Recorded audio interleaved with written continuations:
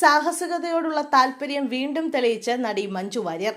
എപ്പോഴും ചിരിച്ചുകൊണ്ട് വളരെ പൊളൈറ്റായി സംസാരിക്കുന്ന ആളാണ് മഞ്ജു വാര്യർ.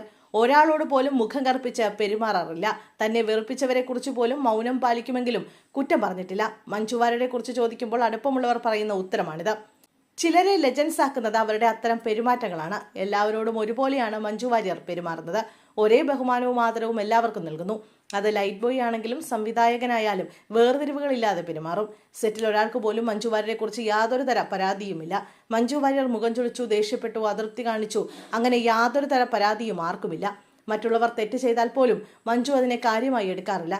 എല്ലാത്തിനോടും അഭിനിവേശവും താല്പര്യവുമുള്ള ആൾ കൂടിയാണ് മഞ്ജു.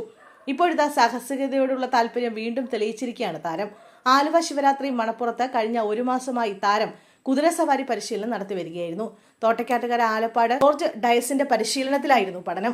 ജോർജിന്റെ ഉടമസ്ഥയിലുള്ള ലോറ എന്ന പെൺകുതിരപ്പുറത്തായിരുന്നു മഞ്ജുവിന്റെ പരിശീലനം. പുലർച്ചെ 5 മണിയോടെ മണപ്പുറത്തെത്തുന്ന മഞ്ജുവിന് ദിവസവും 2 മണിക്കൂർ വീതമായിരുന്നു പരിശീലനം. ഒരാഴ്ചയ്ക്കകം തന്നെ കുതിരസവാരിയുടെ അടിസ്ഥാനങ്ങൾ മനസ്സിലാക്കിയ താരം പിന്നീട് ഒറ്റയ്ക്കും സവാരി നടത്തി തുടങ്ങി. മണപ്പുറത്തും ആളുകൾ എത്തി തുടങ്ങും മുമ്പേ പരിശീലനം പൂർത്തിയാക്കി മടങ്ങുന്നതായിരുന്നു പതിവ്.